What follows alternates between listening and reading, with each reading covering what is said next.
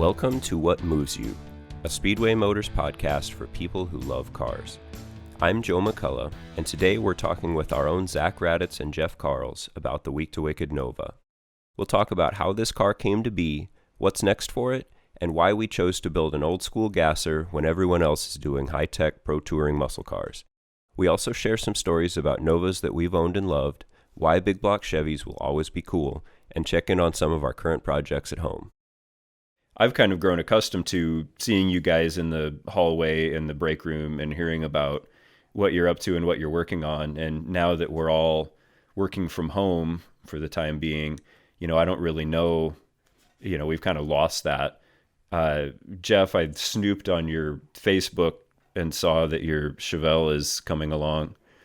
Yeah, it's home from paint now, and you wouldn't believe how sick my wife is of hearing about every little thing that I would usually talk to you guys in the hallway about. So little milestones of, hey, I just got this done, and she's like, I really don't care. What is that thing? Yeah, but you're missing that car guy personal interaction, and I think that all of us are missing that probably. I never really considered myself that much of a social guy, but just walking down the hall and saying what's up to somebody fills your cup up a little bit, during the day.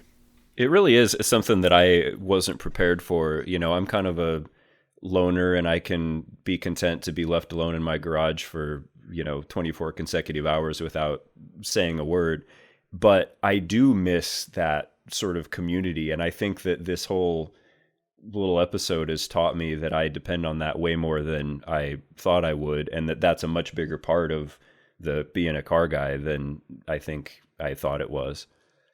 That's true. We may not be car guys, or it may not be the same for us if we were not part of a community. If you were the only person that you knew that was interested in this kind of stuff, that interest may have faded a long time ago.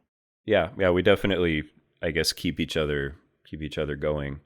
So big blocks and Novas, I guess, are two themes that we're going to talk about today. As we were trying to figure out what we wanted to discuss here, it occurred to us that Week to Wicked Nova, the 67 Nova that we built last August, normally when we do a project, we have the opportunity to kind of explain, give it some context. This is what we're doing. This is why we're doing it. That one, since we really didn't own the content, we worked with CarCraft Magazine on it. We more or less showed up and did our Week to Wicked thing and built the car in 5 days and then turned around and left. And we didn't have much of a chance to discuss why in the year 2019 do you build a stick axle, big block, tunnel ram Nova. As we were looking at the other Week to Wicked builds, it seems like they were all kind of the same theme. And there's nothing wrong with that. They're on trend, big wheel, big brake, pro touring cars with suspensions built to go around corners and injected LS engines. And we wanted to do something a little bit different with that Nova. And, I believe we did that. Oh yeah, definitely different than anything else those guys have built on that Week to Wicked program. Yeah, I think it was actually one of the things that came up in some of our pre-meetings and discussions on that project is, what is the next thing that we could do that if you lined all the Week to Wicked cars up, that would stand head and shoulders above those cars, literally. Like if you look down over the fender line of all the other cars, and it's like, ooh, one of these things is definitely not like the others. So, I mean, that's kind of where the cool factor for me is with any hot rod. If you kind of blaze your own trail, that's where those trends kind of come from. And we've, Speedway's become synonymous with the Gasser look, Gasser front end kits and suspension parts that we sell. That boiled right down to being a natural fit for our next project. Yeah, definitely. A really kind of something that stood out to me was that we're kind of blending different things, the muscle car genre that we're kind of into these days. 67 Chevy II is a perfect fit for that. But then if we're going to put a Gasser front end underneath of it and kind of go with a traditional approach, I mean, it's a win-win to me, I guess. Well, and another thing that we do at Speedway, and certainly the three of us are into sort of a nostalgic car. It's one thing to have a 67 Nova, but if you put a leather interior and a fuel injected engine and 12-inch brakes on it, it's going to kind of drive like a Honda Civic. If you build a car, if you stick a straight axle in front of it and a open header big block, you're kind of getting the experience that what it was like to drive around in one of those in the 60s. And you and I and all three of us kind of appreciate that aspect of it. Yeah, definitely. I mean, there's nothing better than a big block Chevy with open headers. I don't care what kind of car it's in, that's cool there in itself. And then, you put it together with that car with the stance that it has, and the details just go on and on. We ended up with a sedan instead of a hardtop. A lot of people would think that a sedan is not the best platform to start with, but I remember when we were sitting down, kind of planning everything that we wanted, we were talking about, well, what would you have done in 1968 if you were going to build a car like this? Well, you're probably going to go find a sedan because they're less expensive, I would imagine, and I guess they're lighter. I've never weighed one next to a hardtop, but that's what everybody says. I always heard that too, like with talking about Tri-5s, you wanted to build a sedan instead of a hardtop because they weighed less. And I don't know if they weighed less by a pound or weighed less by 200 pounds. I don't know what the difference is, but I've always heard that too. So maybe it's just an old wives' tale or something, but I don't know. I think that you definitely look at pictures of cars that were racing in the day, and you do see sedans, I feel like, more than hardtops. Maybe they were just cheaper. Maybe that's what it comes down to. If you're going to build a race car and cut it up, you're not going to go get an L79 Super Sport car and take the nice bucket seats out and throw them away and all that stuff that you paid more money for to get. Well, and it's kind of you kind of have this utility, it's like grandma's Nova, Mm-hmm.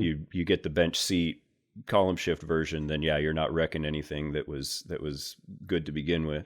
Yeah, every bell, every whistle adds a little bit of weight. So if you you buy the base model, the lowest model you can. There was also some, I know, definitely the difference between convertible and a roof vehicle. There were extra frame braces and things for the convertible cars. I know when you get into some of the earlier cars, there was more bracing, more structure for a hardtop car than there was the post, because it had the B pillar to support that span at the top. So yeah, like you said, it could have been a negligible amount of weight difference, but when you talk to a drag racer, there is no negligible amount of weight. Light is a state of mind. I remember, and I'm not sure if you remember this, Joe, but I was walking down the hallway, back when we were allowed to do that. And I remember you saying, hey, take this for what it is, but I think we might be looking for a 66 or 67 Chevy II. And, my ears kind of perked up like, oh, really? Well, what have you got cooking that you want one of those for? And you kind of told me that you were planning on this project. And I even think you said something about it'd be really cool to find a sedan. And right away, I remember thinking, oh, I know where there's one. I know exactly where it is. I don't know if we can get it or not, but, it was a possibility. I think I pulled my cell phone out of my pocket right then and there and sent TJ a text message saying, hey, remember that 66? I didn't know what it was for sure. Couldn't remember if it was a 6 or 7, but I knew that he had a two-door sedan. And I remember when he got it, and I really think it was like 2004. For some reason that sticks out to me, is when I remember him going to pick it up. And at the time I was kind of thinking, wow, you have a whole bunch of those things already, because he's got a couple hard tops and a wagon, and those are kind of his jam is a 66 or 7 Nova. And I remember saying, hey, do you still have that car? And I think he sent me a picture of it, and I was like, oh, it's painted. Cool. Do you want to sell it? Well, yeah. And that, that's the thing that I've learned here recently is, if we need something for a Speedway project, or if I need something for my project, Zach, you're kind of like a one-stop. shop. Like hey, I need a bell housing, and then the next day it's in the trunk of your car. Or hey, I need a 66 or 7 Nova. And I mean, you sent that picture over. I mean, it was like 15 minutes after we'd had that conversation. Here's a picture of this blue Nova sitting in the field. Like, oh, hey, that's perfect. That's great. And that car was really kind of perfect for us, because the one thing that we didn't really have time to do was paint and body. And that was really the only thing that had been done on that car. You know, it was pretty much just a gutted shell. It ran, you know, you could drive it. It had a 6-cylinder in it, but you know, the seat was not the original seat, and it was all funky, and all the trim was laying in the trunk where the back seat, you know, between the trunk and where the back seat should have been. So it wound up being a really perfect car for us, because the paint and body was pretty good, but everything else we could kind of interpret as we wanted to. He replied to me right away and sent me those pictures. And of course I was like, jackpot, this is exactly what we want. I'm going to send these to Joe and, you know, blow his doors off right now with this kind of, with this reaction time, I guess. You know, you were like, wow, that's pretty good. And then we had to kind of start negotiating with him a little bit, convincing him to sell it to us, because he really didn't want to sell it. I mean, I wouldn't want to sell that either if I had it. Especially if you've had it that long and you just got it home from paint. Yeah. I know that feeling. It's like, I'm finally this close to the finish line. You know, TJ's a guy with lots of different irons in the fire, several different projects going at the same time, you know, just like all of us, really trying to do too many things at once. And so I think he kind of figured he could focus on something else if he did let that go. So luckily he hadn't done anything else. Like Joe said, it was just, you know, the paint and body was done, and that's it. You know, if he would have had a different motor in it and had the interior done and a whole bunch of other stuff, it would have kind of been past the point of no return probably. Well, but he still cared what we did to it. You know, I remember him coming into the shop as we were laying out the parts and pieces, kind of getting ready to send it all in a crate to California. And, you know, I had a couple, you know, I don't know, maybe we don't put a front bumper on it. And he was like, oh, no, yeah, you want to put a front bumper on it. Oh, yeah. Like, oh, well, maybe we'll put a moon tank on it. Oh, no, you don't want to put a moon tank on it. So he still cared, I think, what we did to it. So I don't know, I guess since it's been done, I don't know if he likes it or not. But I do remember, you know, talking to him after we made the deal, and I think he was sending me pictures. He kind of had an idea of what he was going to do to the car, and it's really very in line with what we ended up doing. He wanted to build a gasser. He wanted to put a big block in it, you know, because he's a big block Chevy fan too. He's been messing with those pesky LS engines lately. I don't know when he's going to snap out of that phase, but I remember something about the gauges. You know, you're like, well, maybe we'll make a gauge panel and put, you know, a speedometer and tack in it. He's like, no, you can't put a round gauge in a square hole. That doesn't work. You have to leave the stock instrument cluster and just put a tack on the column. You know, and I guess that's what somebody would have done in the 60s. You know, they would have ran it, you know, made a little block off plate for the where the radio would have been. You know, which I guess, didn't you do that? I can't remember now. I haven't seen that car for a while. Yeah, there's just an aluminum plate where the radio goes. Or no, it's the climate control. I think it had a radio delete plate in it. And then where the climate control went, we made an aluminum plate to block it off. Yeah, a memory from that too. When we were out there in California, I remember you were making stuff out of aluminum, and I think you made a comment and said, if I could just make little panels out of aluminum all day, I'd be completely satisfied. That's my place of zen, is cutting and forming metal. It just takes me to a happy place. You know, we always call that thing a gasser. And, you know, I think that's kind of a common misnomer. Anytime somebody puts a stick axle under anything, you know, a international pickup, they'll put a straight axle underneath it and call it a gasser.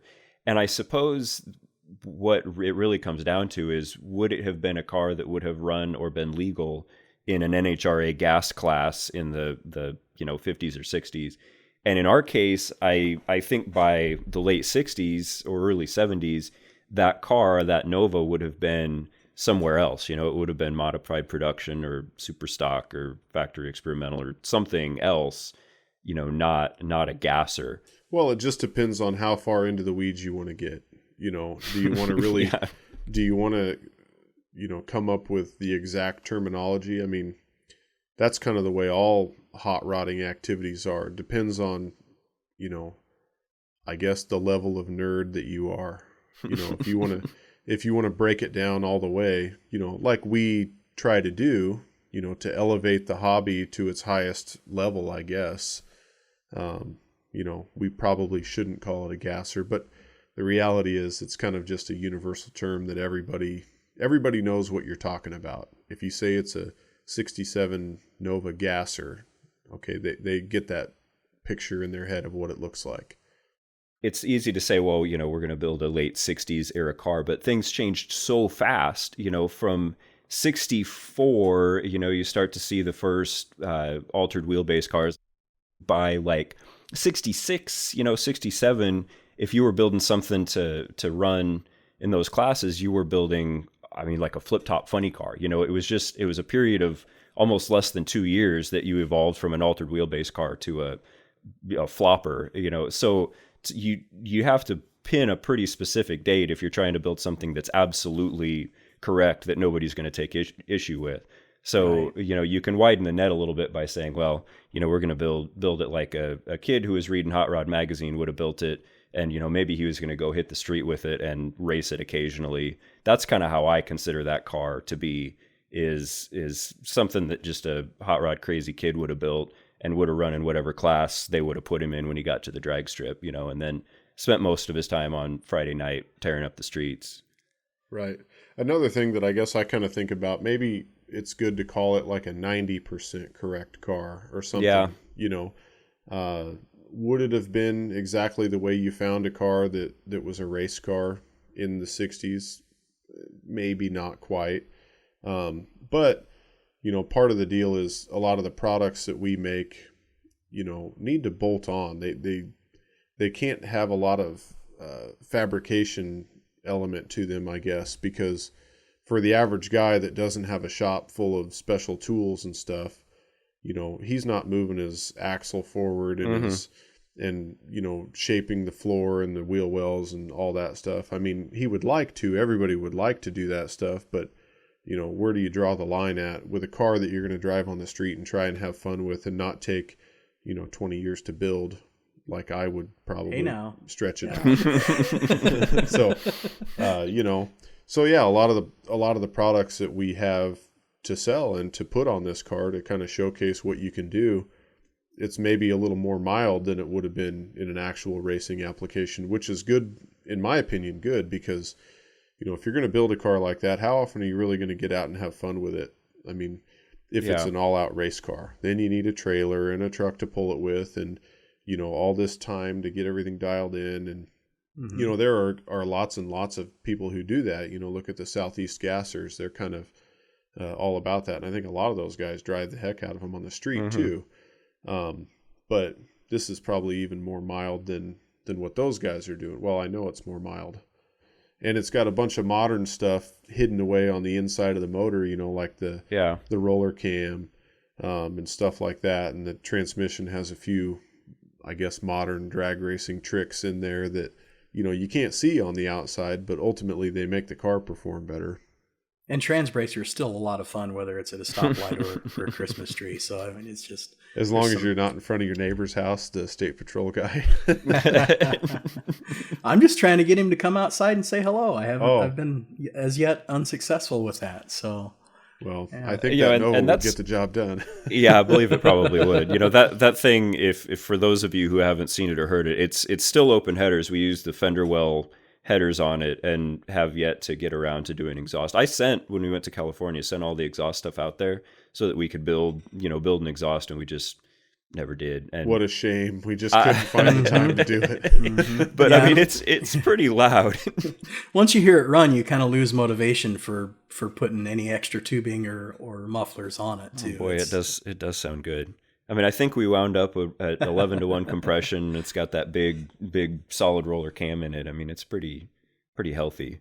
And that's something that's worth mentioning too. Like you said, we didn't really, it's kind of a bolt together car. As much as something like that can be, we did the cage before we sent it to California, but really all of the rest of the stuff that we did to it just bolts on. The front clip, I forget how many, it's 20 bolts or whatever, and the original front clip is gone. And then the Speedway front clip that we put on it, same bolts, it bolts right back in place. There's nothing super exotic that we did, nothing that couldn't be duplicated in a home garage to build a pretty, attention-getting car. Yeah, there wasn't lots of fabricating. I'm trying to even remember. I think the most fabricating that was done was really on the interior, that back panel that you made for it, and some of those little block-off plates and stuff. Yeah, rear firewall and like stuff to fit universal parts. As the product manager, universal parts are my favorite thing in the whole world because they don't actually fit anything. So you have to modify, no matter what, you have to modify it to make it work. And it's the same thing with with those buckets and the sliders. You make some brackets and it bolts in like it was made to, like it grew there. The rear firewall, that between those and a few little brackets and things, everything was basically right out of the Speedway catalog and bolted on.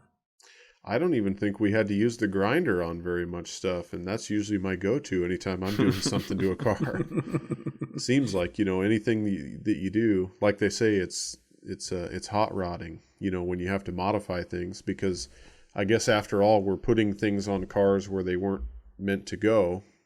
The only time I remember seeing the welder was for the subframe connectors, I guess. Yeah. Just because it's a good idea to weld those. Yeah, other than having that cage put in it just right out of the gate, there really wasn't much in the way of fabrication that we had to do, which like you say, that to me is usually about the first place you have to start. You have to cut out all the rusty garbage and, weld it in and replace it. I think, Jeff, you did some of that on your Chevelle. Yeah, several times actually. We when you start, you open the can of worms and you get so far with it. That's kind of how that whole thing evolved in the first place, is that the might as well's got a hold of the whole project. You peel the old patch that they had on the trunk floor and you realize there wasn't anything under it, and then the quarters are that soft too, and the other part of the trunk floor was that soft, and you end up just scrubbing all of it and starting over. So, and that car actually ended up with quarters put on it after the quarters that were originally on the car got patched. So we ended up cutting all that work off and throwing it away anyway. But so it's especially in the Midwest, you start with the top half of a car and then the bottom half of it comes from like an AMD or a Sherman or someplace like that. Right. So we finished that car in August, and then it promptly we got busy getting it ready for SEMA, and it got cold and snowy, and so we really haven't got to spend much time driving it. We've never had it to the drag strip, which is not what we built it for, but certainly something that we'd like to do with it. Probably what that car needs more than anything else is just to get out and be run hard and blow it out good. Yeah, I agree 100% with that. In fact, I would like to I'd throw down the gauntlet. I would like to go head to head with that car in my Chevelle. I think it's what did that engine dyno at? 650? Yeah, something okay. It was 640 something horsepower and 650 something torque. So I'm only 100 horsepower down, probably 1,000 pounds lighter or heavier. What's the worst that could happen? That car, man, that Nova, you really, even just sitting in it when it's idling and you haven't even put it in gear yet, you feel the respect that you're going to have for that thing when you actually drop the hammer. It's lets you know that it's going to require all of your attention. We had our quarterly meeting, and we used that as sort of an attention getter for, what did you do over summer vacation kind of a deal for our quarterly update. So the car was in Bill's garage at the museum, which is all granite floor. Pulled the thing in, went and warmed it up driving around the campus before that. So it would be a really easy hot start. Greg finished up with his little spiel, and then it was my turn to talk. And I knew what his speech was. So toward the end of his talk, I migrated around the driver's side of the Nova and kind of snuck into it. And as he finished up with his part of the presentation, I keyed that car and fired it up in the middle of the assembly. And there's probably 50 or 60 people in that room when you have all those teams together. And it's still open headers. Never has had an exhaust on it. It sounded like a bomb going off in there. To say surprise was present on the face of everyone in the room is an understatement. So that was, Yeah, and driving the car around campus that morning, it as it warmed up and you could get you get the juices flowing in it a little bit and get some heat into the cylinder heads. It's a handful. It's definitely froggy. And that's kind of the thing about that style of car. If we had set out to just build a drag car, we would have done it way differently. There's all sorts of technology that's come around in the last 50 years since the era that car is supposed to emulate that would make it way faster. Make it low in the front, put a 4-link and some coilovers on it, and it would be way faster. And so it's possible that we would run your Chevelle, which is sort of a modern car. It's possible we'd run your Chevelle and it would be a pretty darn good race. And that would be sort of embarrassing for this sky high, gnarly, loud, open header tunnel ram Nova. but that's part of the charm of that car, is that it has that in your face sort of punch you in the nose kind of experience that, it's hard to get from a fuel injected car that idles like a Silverado pickup. And it's just missing that visceral sort of experience. Yeah, there's something to be said for the theatrics of going fast too.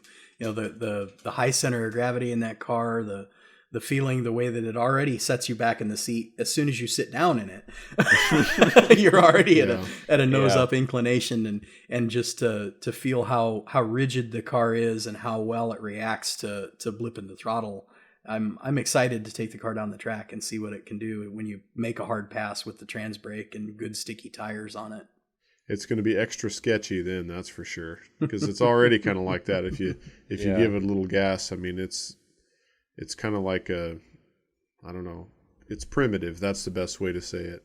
I think that it's going to be a lot of fun to have around, and I'm afraid that at some point we might have to put an exhaust on it so that we can drive it across town to the local drive-in without getting arrested on the way there. But because it's loud. I mean, I've been around a lot of loud race cars. It's a loud race car. So I'm excited to have that thing once this whole lockdown has ended. I'm excited to get that car out and around, and I think just driving it down the street is going to be every bit as cool as driving it down the drag strip. Watch the looks on the Lexus owners when you pull up next to them and rattle their coffee out of its cup. I think that's going to be a lot of fun. Yeah, we need to do that as soon as we can. I've got the itch. Well, and if we're talking about big blocks and Novas here, Zach, you have a Nova that you go way back with. Do you want to elaborate on that? Yeah, it's a 72 Nova, so kind of in my opinion, the last of the good-looking third-gen Novas. Yeah. We'll get to you in a minute. I said in my opinion, which that's the key right there. It's like saying no offense before you give somebody some criticism. No disrespect, but I'm getting ready to disrespect you. Yeah. So yeah, it's a 72 Chevy Nova, just a plain Jane, not a super sport or anything like that. Factory equipped with a 307 V8, turbo 350, column shifted with a bench seat. But it was actually my first car, and I got that car, I guess we're coming up on 21 years actually. Holy moly. Years ago. So yeah, 99. Well, and you're not that old. I mean, you're kind of old, but you're not a whole lot more than 21 years old.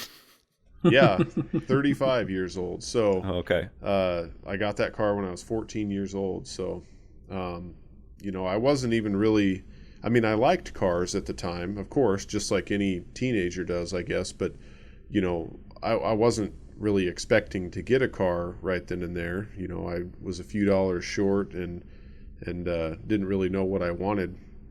And my dad happened to be cruising the Thrifty Nickel, if you guys remember that old classified okay, you are paper. Old. So, so he was looking for just something to daily drive himself. I don't remember what happened to whatever he was driving, but he found that, and I didn't even know that we were going to look at something like that. He was just like, oh, we got to go look at this car. So we jumped in his truck and took off, and I remember going to this place, and we pulled up, and the guy had several old cars behind his house. It was kind of like a small acreage or something where it was. And, we pulled up to it and I was like, all right, you're going to get something cool to drive, Dad. This isn't just another little, beater Honda hatchback or something. And I remember, we made a deal with the guy and got it. It was $600 to get that car. So anyway, we got it home and my mom freaked out. She did not think that we needed something like that. She knew right away that it was going to be a money pit, which she was absolutely correct. Like a lifelong money pit. Oh yeah, definitely. Multi-generational. I'm not even close to being done with that one. So yeah, I it took a long time. I got a job working in high school at a local auto shop. Making next to nothing, cleaning parts and just helping out with stuff. And finally got enough money rounded up between my dad and I, I guess pitching in on engine parts and stuff. The motor that was in it was no good at all. I mean, it barely ran. Later I found it had a broken rocker arm and the push rod was actually flying up, denting the inside of the valve cover. But it ran so bad. I think it had a flat cam too, and it was just toast. So we built a new engine for it, a 350 or 355 if you want to be technical, I guess. And got it running, and it was my first car to cruise around in, and it was really awesome. Drove it all through high school pretty much. On the weekends, cruised O Street, broke the engine several times, blew a transmission up in it one time. I remember that seems to be the beginning of a running theme. Oh yeah, I know. Hard on transmissions, man. I know. I've got another story about transmissions I'll save for later. A new development. But anyway, did you put a zipper on the transmission cross member in your sedan delivery yet? No, I think it's going to have a 4-speed next. So wow. I'm done with automatic transmissions. So you'll be changing the rear end in it then next. Yeah. Yep, it's coming down the line. But yeah, anyway, my Nova, I guess I'm trying to even kind of pick a story about it because, I have so many. But I finally blew the engine up for the last time. I would say it was probably about 2006. And, that was 14 years ago, I guess. So then I guess it kind of started while we were out at SEMA with the Nova. I remember when we were out there at SEMA, well, no, it was on the way home. Kevin was with me. Everybody knows Kevin. And he just kept asking me about my Nova. I was actually kind of intrigued why he was so talkative about it. Then I get home and I realized that my car's gone. It was just gone. I stopped over at my parents' house where the car has been all these years, and it wasn't there. And, so I immediately kind of got concerned about that. I went to the neighbor's house to ask him if he knew anything about it. He didn't know. I tried to call my mom and dad on the phone. They're both at work. They don't answer. My mom finally calls me back, and I was kind of, in this fit of rage trying to figure out where the car was. And she said, okay, just calm down. I was like, I need to call the police, or what's going on? Where would it have gone? Why would my dad move this car without telling me while I was out of town, And she said, no, calm down or whatever. And then she said, you need to ask your friends about it. And I'm like, what has this got to do with them? How could this, I'm still lost here. Mm-hmm. And so then my dad's calling me back by that time because I called him 15 times or whatever it was trying to get him on the phone. And I said, hey, what's going on? Where's the car? And he's like, oh, call Ben and Mike and Spike and all your friends. They have it. And I was thinking, well, what are they? I don't want those guys messing with that thing. What are they doing to it? Pretty much I figured out that they were going to overhaul me, I guess, or try to. They came and got the car while I was out of town, and they had all pitched in and bought, the sheet metal for the car that it needed. Wow, that's cool. It was just, I was completely floored, when my dad told me that, and immediately I calmed down. I was like, okay, cool. Well, if anybody can handle that thing, it would definitely be Ben and Derek and some of my other friends that are way better fabricators and body men than I am. I can put an engine together, and I guess I can probably hack a quarter panel onto something, but that's all it would be a hack job. So I figured, okay, I'm not going to say anything to anybody, because it's supposed to be a secret. So I'm going to calm down and be quiet. So then I get lured over to Ben's shop later that night, and I knew it was there. I hadn't seen it, but I knew it was there.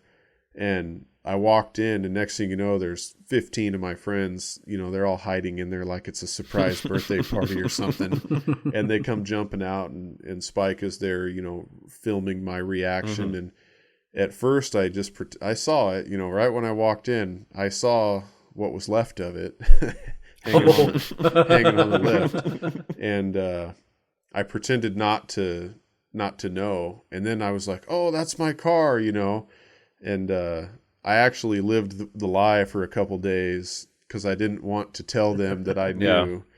But then I just couldn't do it. So I finally told them, and they were like, oh, you knew the whole time? And it's like, not the whole time. And I had to tell them what happened. So yeah, now it's down there at that shop. And they got into it, and they cut away everything that was rusty, and there was a roof left, basically, right? They handed you the keys and the door handles back. Oh yeah. Well, yeah, and that's part of the reason why the car sat for so long, because I knew it was a rough car. I mean, it was a Nebraska car its whole life, so it was driven in the salt and everything, and I wasn't that nice to it either, and it's pretty much been sitting outside for the last 20 years that I've had it. I guess maybe a couple years it was in the garage, but not a lot, and so yeah, I knew it was rough. It looked a lot better than it was. It was one of those cars, kind of like your Chevelle, Jeff, where it's like it looks pretty decent, but then once you cut it apart, it's like, whoa, yeah, I should have just picked a different car. Yeah, mine was the barn find that should have stayed in the barn. Yeah, well, I like to call mine the sleeper that's not ever going to wake up.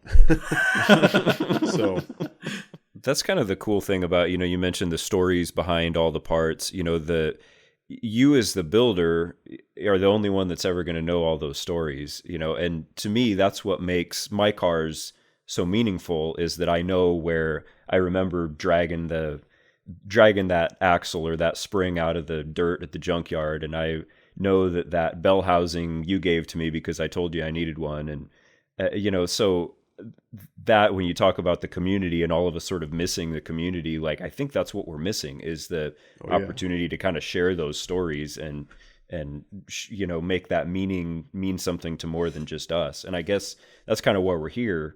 We're talking about this because I think largely because I think I miss talking to you guys. I miss, like I say, the bumping into you at Speedway and being able to share all of this. And I guess that's what makes this little deal that we're a part of more about the people and less about the actual nuts and bolts of the thing. Yeah. And as coming from a street rotting family that was that was involved with it, clear back into the early 70s, some of the lifetime friends that I have still, that's really what the hobby is all about. It's the people. The cars change over the years. Well, except Zach's. I mean, he's still got his, Someday I want to know what it's like not to have to sell a car to work on the next one, whether it's for finances or just room under the garage roof. But well, the lucky thing for me was it wasn't worth anything, so that's why it never got sold. So, didn't you have a Nova, Jeff? I swear I remember you telling me about.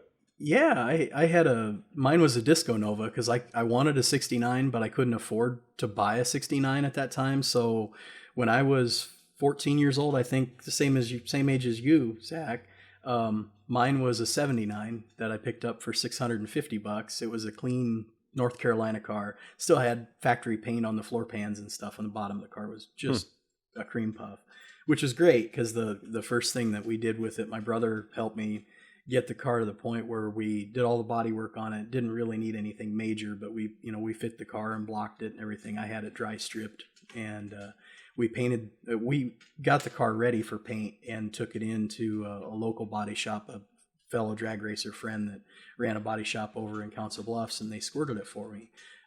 And that was, besides the Chevelle, that was the last new paint job that I had ever had, was when I was 17 years old. But and how many years ago was that?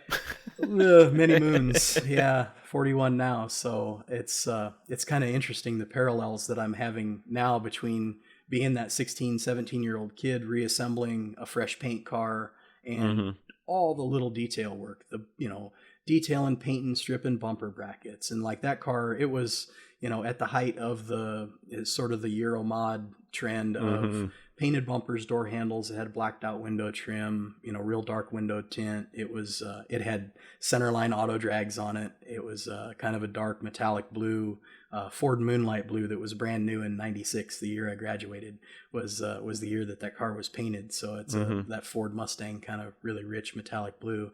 That was, and it was all flash. The car, until I graduated high school, I wasn't allowed to do anything performance wise with it. It had a 250 straight six and a slush box 200 metric transmission in it. I didn't even get a turbo 350 slush box in mine. 7.5 inch 10 bolt. It was the base of everything. And I raced high school class in the car still. I remember it was deadly consistent. It ran a 1987 ET in the quarter mile, but it would do it every time. That car was deadly consistent. If you could cut a light in it, you could go rounds. I'm not saying I went rounds because I slept in it a lot too, but but that was, the Disco Nova was technically my second car. My folks kind of pulled the, hey, we got you a car, and they had found on the bulletin board at the grocery store, it was a 79 Tornado that the lady was selling extremely cheap. It was like $150 car, and they had drug it home, and that was my seed capital. I paid my stepdad back for that car, detailed it, fixed the little mechanical stuff. That was when I was 13.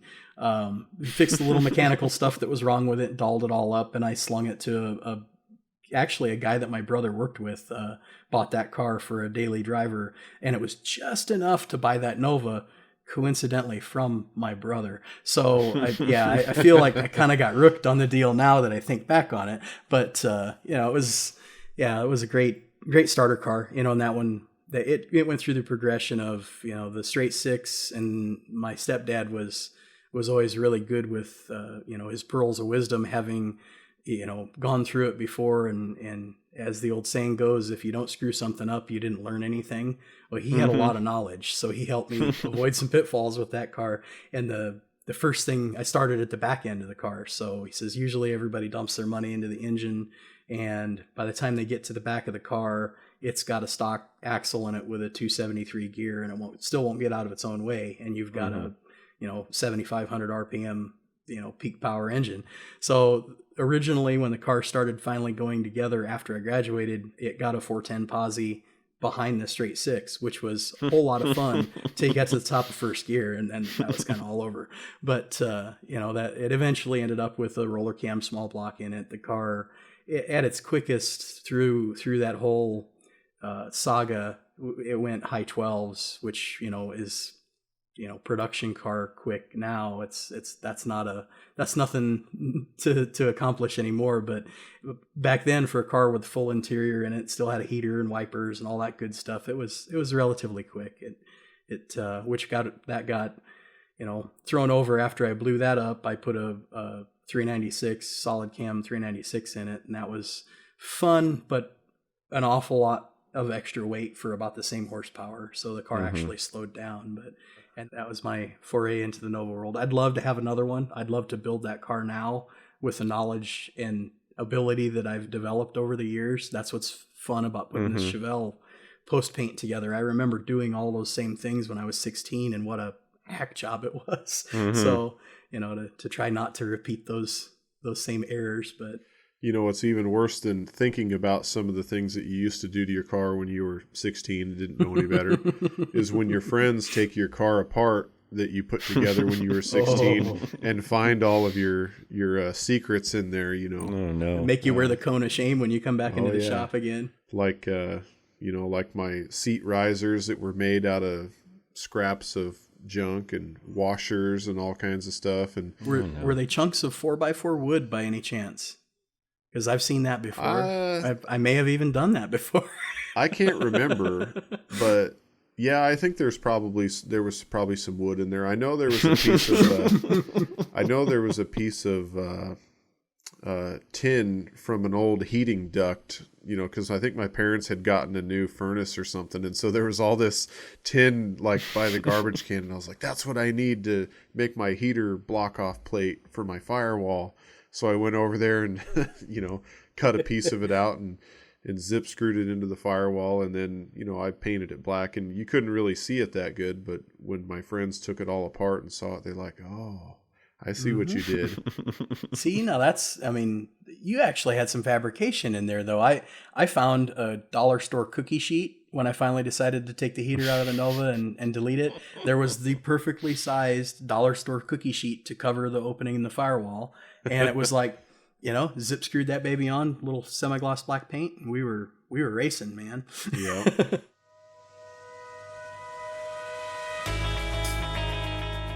Thanks to Zach Raddatz and Jeff Karls for being our guests today, and thanks to all of you for listening to What Moves You, a Speedway Motors podcast. Visit the toolbox at speedwaymotors.com for photos we referenced in today's episode. Email the podcast at podcast@speedwaymotors.com. If you like what you heard, tell a friend where to find us. Thanks for listening, and we'll see you in 2 weeks.